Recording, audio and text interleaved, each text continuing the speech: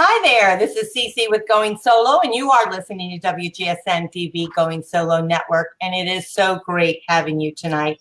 You know, there are so many things happening, and I want to do a shout out to those that are in California that are suffering. You know, our hearts are with you completely, and we just from the bottom of our hearts, we just cannot believe what is happening to you all. And so, you know, we hope and pray that things will improve and, you know, it'll just move you forward. But we know that you're suffering. And so we want to definitely do a shout out to that. The other thing is I want to thank all of our listeners for being so loyal with us each and every week. We do appreciate that. If this is the first time you're listening, my name is Cece Shatz, and I'm actually a divorce and dating coach. I really kind of help move people through. But what we're going to be talking about tonight is we're going to talk about community, because what I have found going through some of my struggles through being single or to being single, I've realized that it takes a village, it takes a community to be able to heal and grow. And so that's what we're going to talk about tonight. I'm very excited about it. If this is your first time listening to us, you are listening to WGSN-DB Going Solo Network. If you're on our Facebook page, please like it. If you see any of our Going Solo pages, we have several out there, and we have other groups and things that we do, like the Awesome Men and Women. Just go ahead and like those pages. We'd appreciate it, because we want you to be a part of our community. So we would love that, to be able to connect with you. So let's move right on to our show. We have a fabulous guest. She's all the way from San Francisco.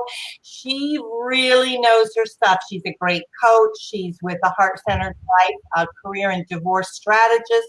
She is Petalyn Albert, and we're so happy to have her. Her company's name is Heartfueled, and you can find her on heartfueled.com. So we're excited to bring her on board. Welcome. Hi, Cece. It's great to be here. You look fabulous. What a beautiful environment you are in there. Well, thank you. And you do too. You look the same.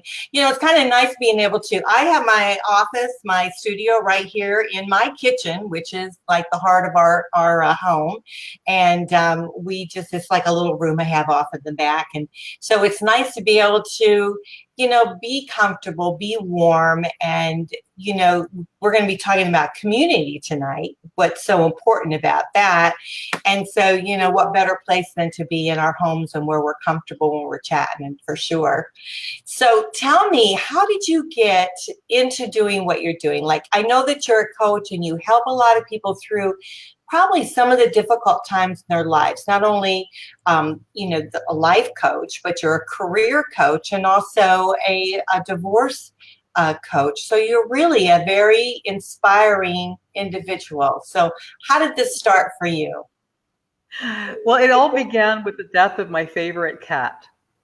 It may sound tongue-in-cheek, but it's quite true. I was absolutely in love with this cat, I have to tell you. I couldn't have loved this cat more if I'd given birth to him myself. But he was not the first death that I suffered. And it seemed to me that by the time I went through that, it was so devastating on the heels of other losses that I had experienced right around the same time, that it occurred to me that we ought to know how to do grief a lot better by now. We ought to know how to face the ending of a relationship, regardless of how it came to be, how the ending comes to be. And we're just not very good at this in the US, it seems. We don't like to face mortality, we don't, and in any form.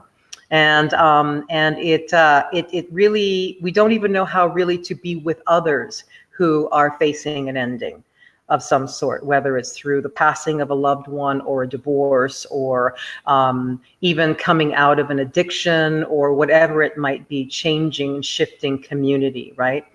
So that's when I actually started my coaching business. I went ahead and took a 2-year course and got certified. And fast forward to 4 years ago, that was back in 2005 or so. And then about 3 or 4 years ago, I went through my second divorce, and I had this light bulb moment, we ought to be able to do divorce a lot better because, you know, like death and taxes, it's here to stay. It's never going away. So, you know, why have it be this horrible, devastating event in your life? It's hard enough as it is, you know, to go through an ending. Why don't we know how to do it better by now? Now, I'm a systems thinker, so I'm always trying to think of how can we improve something? How can we leverage an experience so that it actually does make us stronger and more in touch and more connected with who we are moving forward, rather than feeling weaker or like, gosh, I hope nothing else bad happens, you know, for the rest of my life, let alone next week.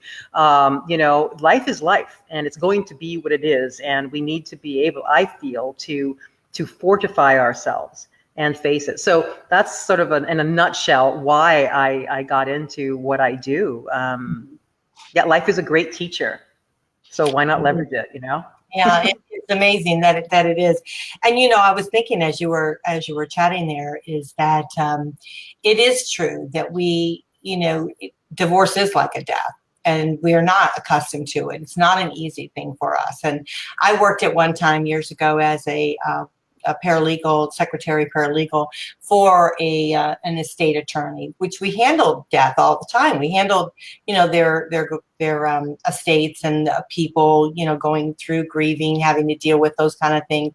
And then when, you know, my loss of in divorce or relationship, it was totally different. You know, I felt totally lost and alone and all of that. And so that kind of brings us to our subject tonight, because how I was able to get through was really through a community of friends, you know, building an environment around me, because my family didn't understand me. They didn't understand what was going on with me. And they just felt like, you know, even though that, you know, my relationship wasn't very good, so, you know, why not just think it's, you know, be a blessing and move on forward. But then I still was stuck in the trenches of you know, denial and grief and, you know, all of those things that we experience in divorce. So let's talk a little bit about building a community, because you and I both are on the same page with that. We both think that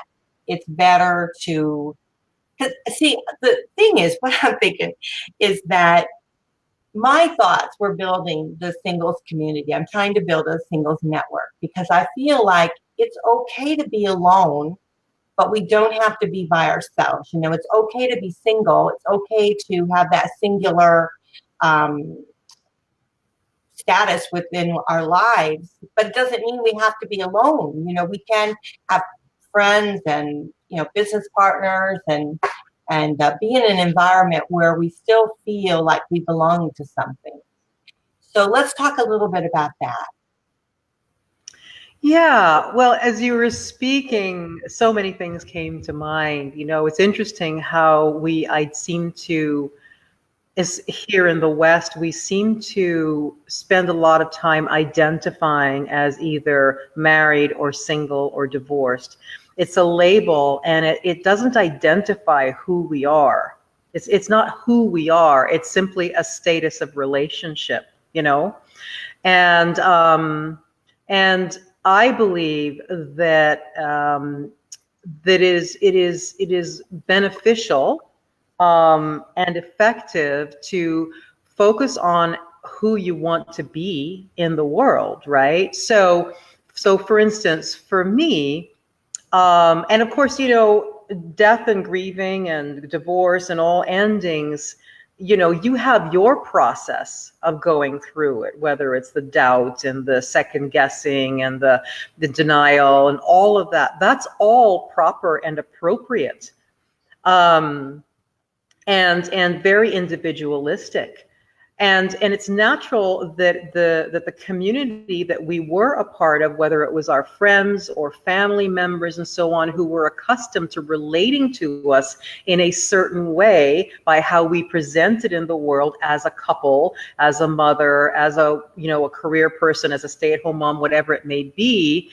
When our life shifts, it's in a sense, they almost have to recreate their relationship with us. Some people do. Some people God alone knows why they feel like they have to do that. You know, you don't change, but for some reason they think that you've changed, you know, that significantly.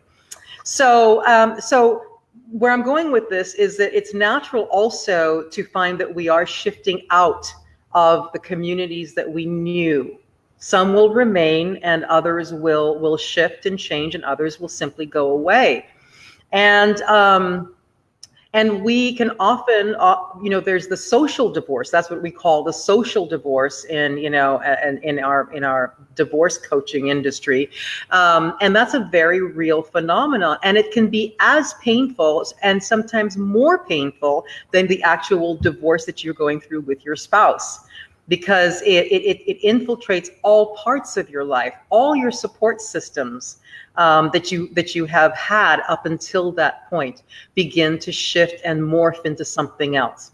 So so our grief is not just about the death of the relationship and all the different things that go with that, and that's enough all by itself, but it's also about you know, who do we rely on? Who are our allies? Whose shoulder can we cry on? Who can we expose the nitty gritty and the ugly to at this point that we're going through, right? The doubt, the second guessing and all of that. Who can we really bear ourselves to in the hope that we can rebuild ourselves as well, right? With people who can trust who we are, who we truly are, who have a better vision for us while we're going through the ugly stuff, you know?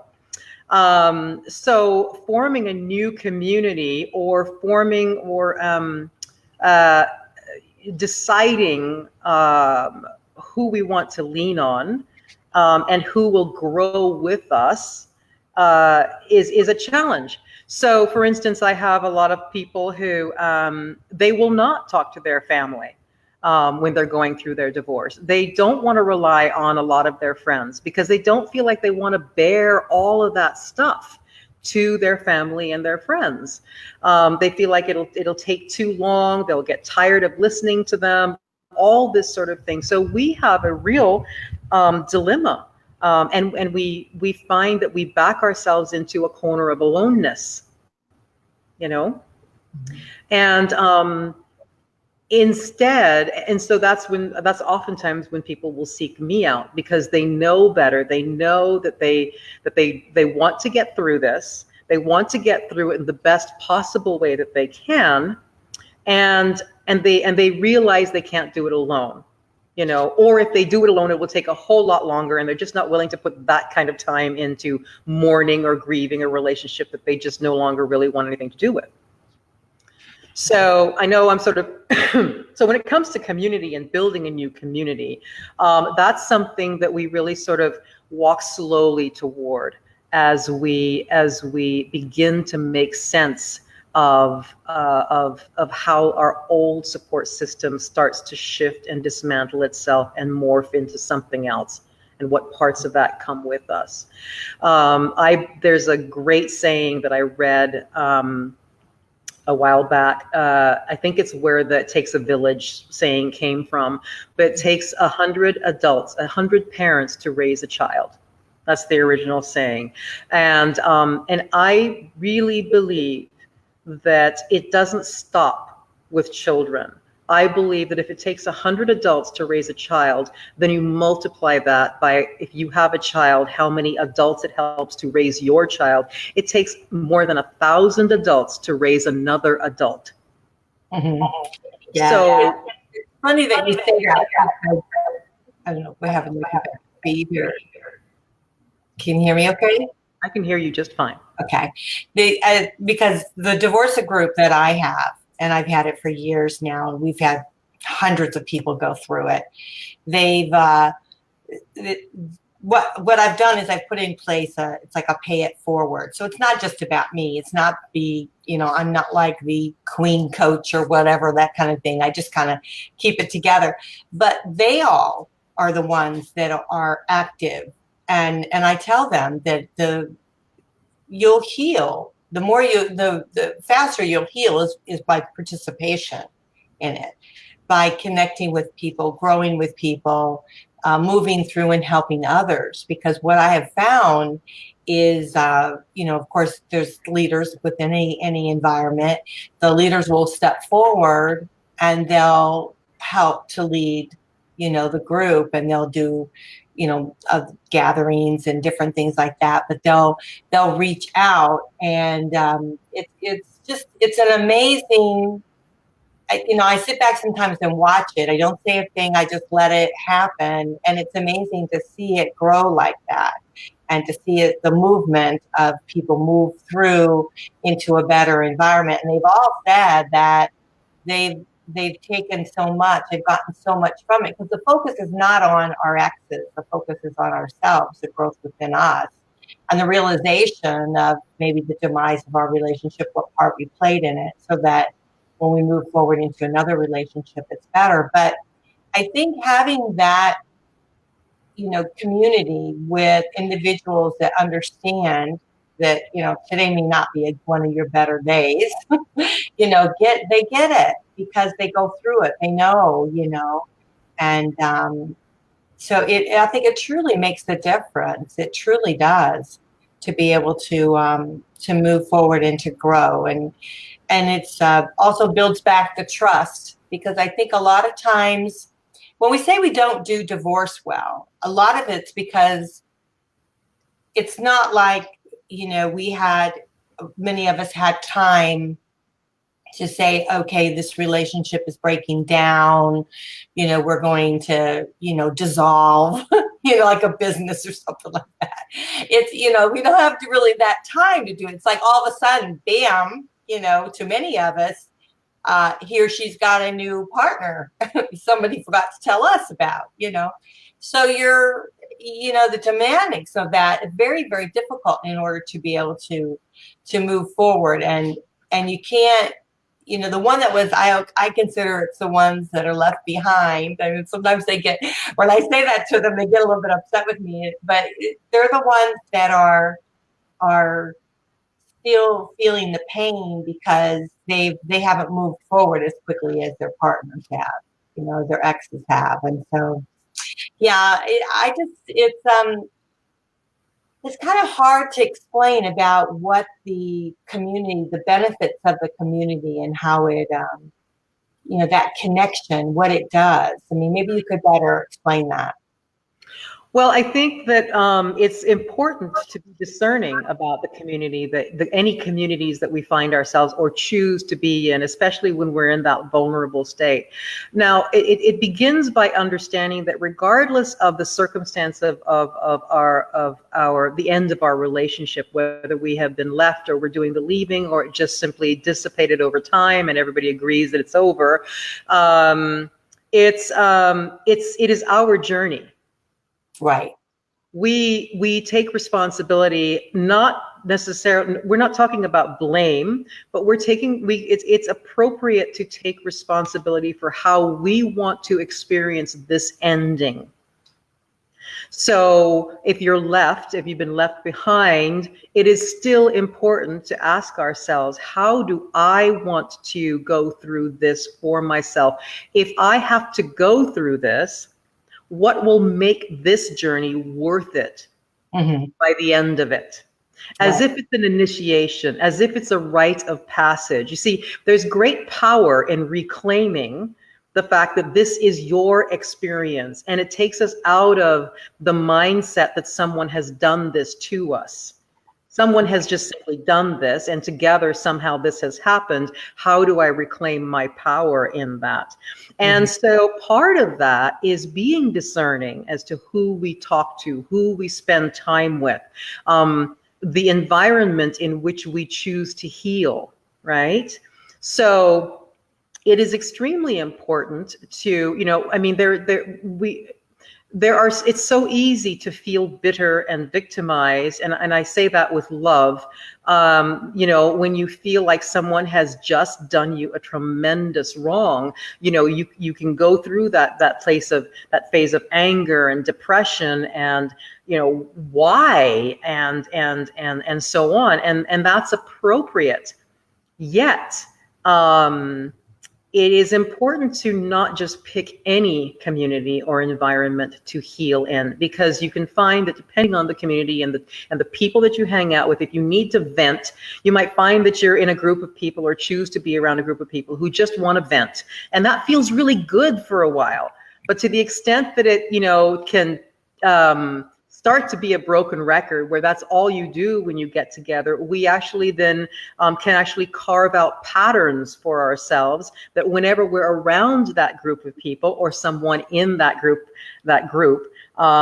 we find that we are doing more lamenting and complaining and venting, right? Now, I'm not saying that it isn't healthy to give voice to your anger. It is important, though, to be able to pick communities where you can do that, and yet you hold for one another something more, something brighter, something stronger, to hold an aspect of hi. to hold a vision for each other, of your very best self, that you're moving toward that. You see what I'm saying? Yeah. Otherwise, it just becomes, it doesn't actually heal. It just keeps us in a place, in a dip that is just regurgitating itself constantly. So yes, community is very important, and it is, and in taking ownership of our journey through it, it is important to also be very discerning and picky, choosy about who you want to heal around. Right. Yeah, I totally agree with that, because I think our focus, and on the community is that, it's about the journey, but it's starting to develop a new life for yourself. And once they start moving forward from the pain, they start realizing that this can be just, and I'll just use myself as an example. I have experienced things I never dreamt in a million years I would ever experience. And so had I still stayed back in that pain, I wouldn't be here where I am today, experiencing all these wonderful things that are happening to me that I'm so excited about. And so, I share that with them, hoping that they'll realize that they can create a new life however they choose, whatever they want. I mean, the door is now open for them. And so, they can be who they want to be. They can, if they want to be the victim, they can be the victim. You can be the victim as long as you want to be the victim. It's your choice. But if you want to move forward in your life and you want to heal from it, and it's all baby steps. I know that we have to do, but it's nice to have someone that understands what you're going through and that can kind of encourage you, move you forward at the pace you're comfortable in. And it's a beautiful thing. And I love coaches. I mean, I absolutely, I talk to a lot of people and they say, gosh, I wish, there was a divorce coach or something like this. When I was getting my divorce years and years ago, there wasn't anything. And so it's just a whole new arena of people are out there that are helpers. And it's just a tremendous a shift, I think. And we've got so many people going through divorce and relationship loss. And it's just nice to know that they have somebody to be able to move forward with. So. It is true. And divorce coaches come in various types and shapes and sizes, right? So some divorce coaches will focus on the business of divorce. So they tend to actually, oftentimes you'll find that a coach like that will tend to be a CDFA, a Certified Divorce Financial Analyst, which is also a wonderful way to go as an alternative to an attorney. I always tell my clients to have an attorney in reserve, just in case it gets to, to that, but it doesn't. I think only one of my clients ever has had to resort to an attorney. And then you have those who are really focused on helping a person, a year or two down the line, finding that they're feeling stuck, helping them to get through to the other side finally. My point is that that for anybody who's listening, if they're thinking about, hiring somebody to go through the divorce with, I really encourage them to find a certified divorce coach, because divorce is a little bit different than going through grief, and there are legalities involved and so on. So it's important to have somebody who understands the nuances of what they can or cannot advise you to do, so that it doesn't run into you don't run into trouble later on, finding that you did something that maybe you would have preferred not to do later on. Okay, so divorce coaches are not attorneys and they're not CDFAs, and so it's really important to keep those lines very, very, very clear, because if they are an attorney as well as a coach, there's a conflict of interest. Okay, so these are subtleties that most people don't even realize, because most of them don't even realize there are divorce coaches out there, certified divorce coaches who really understand these things. So and yes, to your point earlier, it is, we can stay in victimhood as long as we wish to, and sometimes there is true value to that. We just have to kind of it has to be our experience, right? Nobody's going to tell us what to do. We have to really kind of get to our limits ourselves, and then make the decision that we're sick of that and we want to do something else. And the fact is, Cece, I always say we're never finished growing up. We're constantly growing up.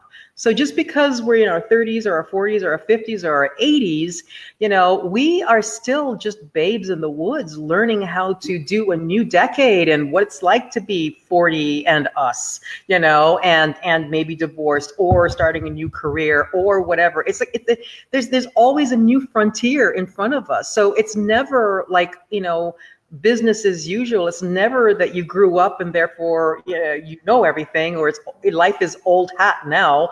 It just keeps surprising us. So and how exciting is that? If you think about it, that is so exciting. And so being able to share that with other people, being able to, when you go through, like when you have your clients and stuff, and they can see, they feel that positive energy from you, makes a world of difference, and actually a world of difference, because you know it, you've been there, you understand, and and then you've got this really positive energy of the future. So it's really a very great thing. Well, like you said, you have helped so many people. It was your profession to help people, as a paralegal, you said, an attorney. Yeah, I worked as well, that's back in the day before they even started having the paralegal school, you went up and, if you started doing legal research and did all this kind of stuff, and I would even go in front of the judge at times and things like that. There were things happening, but it was back in the days when you had to actually wear a pantsuit. Ladies had to wear a pantsuit to go before the judge. So yeah, so that. Well, and like you said, it's different when it isn't your divorce or your ending, right? Mm-hmm. So I'm pretty darn brilliant. I know a thing or two, just like you. And going through my own divorce, I still needed and wanted support. I've gone through a divorce before, so I knew that there were certain things that I would need help with. So I made it my business to hire people who could help me with those particular things, that filled in the gaps where I didn't have people in my life who could do that with me, and provide that role for me. So I think it behooves us to really, in a sense, look at what we're about to endeavor and go through, look at ourselves very clearly and know what we're good at and what we're not so good at, recognize our blind spots, and really do ourselves a favor and become the architect of our own divorce experience.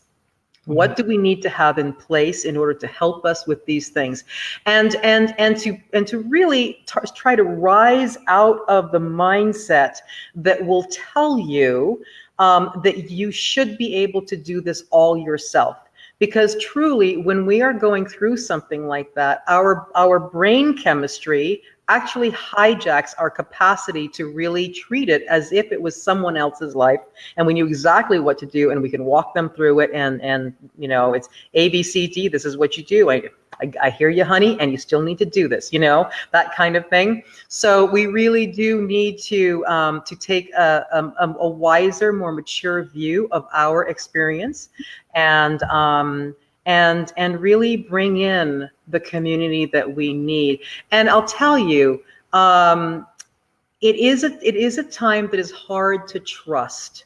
And at the same time, it's wonderful to be able to hold that delicate place that we're in, that vulnerable place where it is hard to trust, and also appreciate how genuine, how at ground zero, how rendered we are in that place, and therefore how much more authentic we can show up to be in that place. We're less likely to want to deal with artificial situations, relationships that don't mean anything. We don't want to be fed a line of BS, you know, because we don't have the energetic or emotional resources to deal with that in that place. So it's very much a gift. That's why I believe that one of the reasons that people kind of reinvent themselves when they're in a dip, a severe dip, you know, where they've suffered a loss of some sort, is because it's a time to sort of reinvent themselves. It's a time to figure out what they want to get rid of, what doesn't serve them anymore. And it's really, it is a gift in that way, in how to streamline our life and really help ourselves connect with who we truly are and fall in line, help the outside of our life to fall in line with that more and more and more. And as we get older, we get a clearer and clearer and clearer picture of that. And we have less and less and less desire to waste our energy and what we have left of our life on things that really don't matter, you know? Well, you know, and it's funny too, is, you know, when I'm talking with people, I find that, you know, when they are more in touch with themselves, they start tapping into maybe the arts or things that they had put aside when they were younger, you know, because they were so busy with their lives, you know. And so we have many that have come through that, you know, they're like, one's a sculptor and a painter and an actress now. And so many, you know, and then what I do. So they start going through some of their passions, figuring out what really brings them joy and developing their passions, and they move forward into that because they're able to actually now, you know, develop a life that they want, you know, what they're dreaming about. And, you know, I so often think about, you know, with my ex, myself, is that I was always in the background. You know, I was always working, helping him with his career, doing this, doing that. And I was always in the background doing everything. Not anymore. I know. Now I'm like so far out there. Sometimes I want to say, whoa, back up, girl.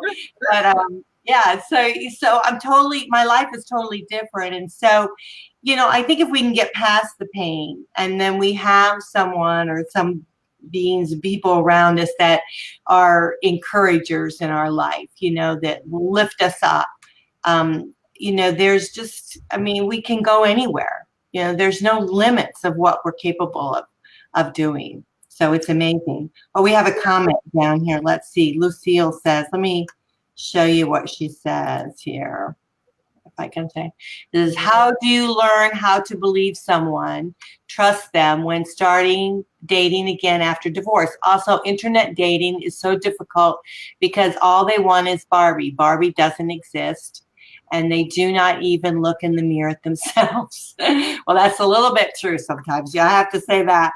You know, you look at some of these guys and and you're thinking, yeah, you looked at the mirror? So. Yeah. Well, what would you say about that? We'll leave that one for you. What would you think? I would respond to that. I'm not going to respond to the online dating thing, because personally, that's not something I enjoy. I tried that for a little while, and if I stayed on any of those sites for like more than 15 minutes, I would start to get like this nauseous feeling in my stomach, and I go, no, I don't want to do that. So, but what I would say about trust, which is more relevant, and more something that you can use for yourself, is that remember that it isn't about trusting another person. Other people are not predictable. They do not owe us anything. They are in the process of developing and becoming who they are. And they, like us, are fallible and flawed and are prone to figuring it out on the way, which means we're prone to mistakes. Where we want to place our trust is in ourselves, how we show up, who we are, and what we are willing to do, what we're willing to not do, what we're not willing to do, where our boundaries are, and what we want. And if others cannot meet us at those levels, then it isn't about trust or no trust. It's about qualifying or not qualifying, period. And there's no judgment necessary on the other person, because they're just another person having their experience, and they have the right to do that. And that's really what they're here to do, just as the same as us. So I have found that for me, the only thing that I can really put my boots on is to always remind myself that if I'm feeling a little trepidation around someone else, it's important for me to remind myself, okay, where are my boundaries, or where are my views, or where are my expectations kind of getting fuzzy right now? And to really, turn the mirror, that ray of, I wonder if I can trust them or not trust them, back on me, and say, okay, where are my defining boundaries right now? And trust that, because our journey is to develop ourselves and learn how to trust ourselves. It never is. If we trust ourselves and we're very clear about what we want to do and who we want to be and where we're going, there is a lot less murkiness around other people, because people either qualify or they don't qualify. They're either ready for someone like you or they're not ready for someone like you. And either way, it's okay, because it's sort of an elimination process and an attracting process at the same time. So again, I would just say, when we find ourselves having language around how do I trust someone else, and so on, I would say bring the focus back to yourself and dive into the richness of what it means to trust yourself. That is so much more fortifying and empowering, and a powerful position to be discerning of others from. Yeah, I totally agree with that. The only thing other that I would add to that is that I think if we live in the world where we want to distrust, if we want to be that way, what we're doing and we're allowing the other person that was, not trustworthy or distrusted, we're allowing them to take ownership of us, because we're allowing our minds and we've allowed them then to take our power. Right. So we don't want to do that. We don't want to live in that world of distrust, because we need to be able to step forward and, live our lives the way we want to live. And that's to be trustful, because that's the type of person that we are. And so we can't go around like our lives assuming that everyone's going to be distrustful simply because there was a bad apple in the, on the tree. So, we have to kind of look at it like that. And I think you're so spot on with regards to, moving forward in your life, learning to trust yourself, understanding yourself better. And when you feel that someone is not being trustworthy or being honest with you or whatever, then you need to ask yourself, why are you feeling that? Because there may be signals, or maybe things out there that are really true, or are you allowing, again, your past to be able to seep in and taint your world, and you don't want that. You certainly don't want that. Yeah. Right. When we start to have judgment about someone else, that they're not being trustworthy or whatever it may be, we have to first recognize that that's an assumption on our part, and it is a judgment on our part, and we are making them the problem.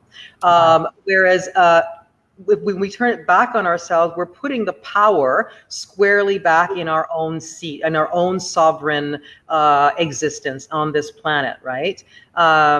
And as you said so beautifully, when we turn that and put it on someone else, we are giving them permission to determine how we feel, right? And that's dangerous. And we ourselves put ourselves in that position. So what I'm suggesting is pull that back, take ownership of that again, because that belongs to us. That power to give or take belongs to us. And ask ourselves, what is it? This is an opportunity for me to get to know myself in a way that I don't quite know yet. What is it about me right now? And that might need to learn something about my own trust. Can I trust myself in this situation? Can I trust myself to make this choice? Can I trust myself to not sleep with them on the first date? Can I trust myself to not jump in with both feet and give myself away too quickly, whatever it might be, and if we find that we can't do that, then the question becomes, again, what is the experience and what's the journey, what is the quality of experience that I want to have for myself in this particular situation, new dating, or, going through the breakup, or whatever it may be. We're kind of an astronaut in space, and we get to determine what our experience in space is, Yeah. And other people are not better, worse, good, or bad. There are times when we actually get to, someone's going along in the same direction that we are, and we get to sort of, hang out together for a while, because what they're trying to do with their life is in alignment with what you're trying to do with your life, and so it's a great match. And if they're not going in your direction, you're not going in theirs, that's okay. Not most people will not be going in our direction, and thank God, because who has time to date everybody? Right. Or Let's talk a little bit about this, the comment about, I don't know why it does that, about the Barbie, because I totally get what she's talking about there. But here's the thing, I wanted to address it because I think, Lucille, this is important. It's that I'm the same way. And when I go out, start dating and everything, get out there, and I start feeling insecure about myself. And so the reality is whoever I meet, whoever is going to be a partner, is going to love me for just the way I am. So if you're meeting guys out there that are looking for, like you said, the Barbie or whatever, and if you don't feel that you're that way, then don't sweat it, because you're going to find the right guy that's going to be for you. That's why we don't all look the same. And I don't think, a lot of guys that I've met, they're not really looking for that perfect person. We're just looking for the perfect person for us, so I wouldn't give it up. I really wouldn't give up dating, for that reason. I just maybe step back from it a little bit, because I think maybe, Lucille, you just need to get a little bit more secure about yourself, feel a little bit better about yourself, and then move forward with dating. So yeah, I like that. That's really true. And again, I would suggest that, it can be disorienting when we have thoughts like, I think that they're looking for a Barbie. Then again, here's a perfect example of us getting into the mind of someone else and trying to determine what they want, and then turning that judgment back around on ourselves and judging ourselves that we aren't insufficient or incomplete in some way. And here's the thing, is that in that kind of a conversation, not only have we taken on what we assume the other person's mind is, which is a fantasy, we can't really quite know anyway, and we're judging ourselves as if it's fact, right? We're also having this conversation on something that is about what you look like. And I want to actually say, well, who are you being? Because who you're being will trump what you look like any day of the week. If you are smiling and you're happy and you are living a life that you believe in, that allows you to dream and get inspired, and it doesn't matter what you look like, they see you radiating, they see that resonance, right? So I would go, don't let what you think someone else wants hijack what your true gift, your true deserving in life, which is who are you being and who do you want to be and how do you sparkle as a result of that. Yeah, I guess that's spot on. That's absolutely true. Yeah, it is true. You know, if you go out and you would say, oh, well, they just want this. Well, you know, how do we really know? We don't really know. So we're just assuming, and then we're creating this a lot of insecurities that we don't, you know, we don't need to be beating ourselves up. We don't need to do that, you know. So yeah. And if they're looking for that, you don't want them anyway, because that's not a sufficient life for you. That's not enough of a life. You know, for you. That was. I always say that if it doesn't work out, then you're just one step closer to the right one. You know, because you have to go. I mean, how many frogs do you have to kiss? You know, come on. so you just have to. You know, it's just when the timing is right, and maybe when your being is at the highest of the universe. You know, when you're radiating, when you're sparkling, maybe that's when it's going to happen. And so what we don't want to do is allow our light to, you know, diminish because of someone else. We certainly don't want to do that. Yeah. Move forward. Get on with living your life and having the time of your life. And that's going to draw in the person who adores the life that comes out of you and loves your smile and loves your passion. And that is what they'll see every time they look at you. And that comes from the inside. That does not come from the outside. Doesn't matter what you look like on the outside. So I would much rather be not in a relationship and then find I would much rather not have a relationship, believe me, and I've done this, that required me to be a certain way, because it takes so much energy and so much life force to sustain a lie between two people. I guarantee you, it is not worth it. Don't do it. Far better to put your energy into discovering who you are and living and doing your best to get to know yourself in the dips, in the dark places, in the bright places, and so on, and figure out what really makes your heart sing and focus in that direction. And whoever is attracted to you from there will love you for your passion and for your zhuzh, you know, and they'll want to work toward making sure that you always get to do that you always get to express. So guess what? You're with somebody who loves you for you. Mm-hmm. Yeah, absolutely. Well, that was great. This show is really awesome, and it just helps so many people. And I just appreciate that so much. So let's tell everyone how we can get a hold of you. I can't believe it's time already, isn't it? I know. Oh my gosh. I've got your website going on the thing. That's great. Yeah. So anybody can get a hold of me through my website. There's a like, if they want to book an appointment just to chat, I give a complimentary chat for about 30 minutes or something. I'm happy to chat with anybody.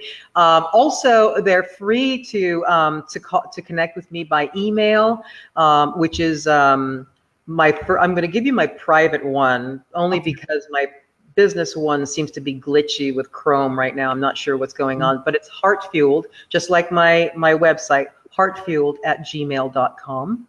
Okay. And also I'm on Facebook. You can friend me at Petalyn M. Albert, but I also have a Facebook business page, which is Petalyn Albert. Yeah.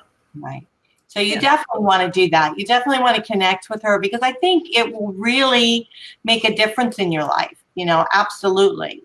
It's truly what you want to do. And, I really think it's important people that we surround ourselves with, and we want them to be uplifting and, kind of in our corner. And as we're moving forward through divorce, through, really any difficult situation in your life, whether it be a career or, you're at this crossroads in your life, I think it's so important to be able to connect with someone and then, be able to move yourself and uplift yourself and move forward to really living your best life. And that's what it's all about. Don't you think? I do. And I'm at the place in my life where I realize that we are always going through transition. Transition isn't something that just happens, when something happens. We're always shifting and changing and transcending every day to the extent that we're living consciously and we truly have something we want to pour our life into moving forward. And so again, like you said, we only barely scratched the surface here in terms of community and so on. But it's really about rehabilitating what we think of as community and repairing our lost connections.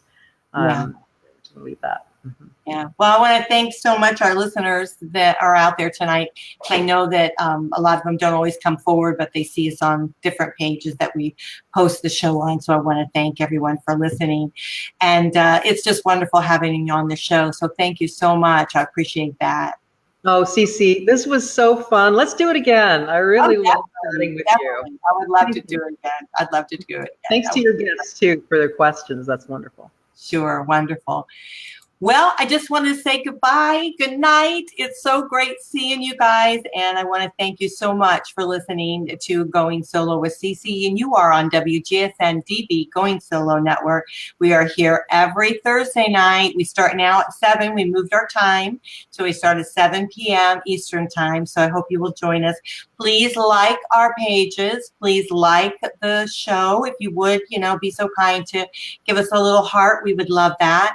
And share it with your friends. And remember, we are also on YouTube. We do post the shows again on YouTube. I know everyone listens a lot on Facebook, but we're on YouTube too. So we post all of our we archive our shows there so that you can readily get them and listen to them. And listen to them again, because sometimes you're at a different place in your life and you're ready to listen and hear something that you even heard before and it didn't resonate with you. So we hope that you'll do that. I am getting very excited because we are about to launch our brand new dating site. And I know that some out there are saying, ooh, boo-hoo, I don't like dating. Well, this is very, very different because it's going to have groups in it, places where you can connect. It's going to be totally different. We're going to have mentors on that are going to be available to you so you can be able to talk to them through some of these difficult, like Lucille, the question that you had is an excellent question. And it's one that you could have definitely shared and been able to get an answer to, as we were so lucky to be able to have this wonderful coach with us tonight. So anyhow, we're going to close the show. This is Cece with Going Solo. I love you, and I can't wait to see you next week. Bye for now.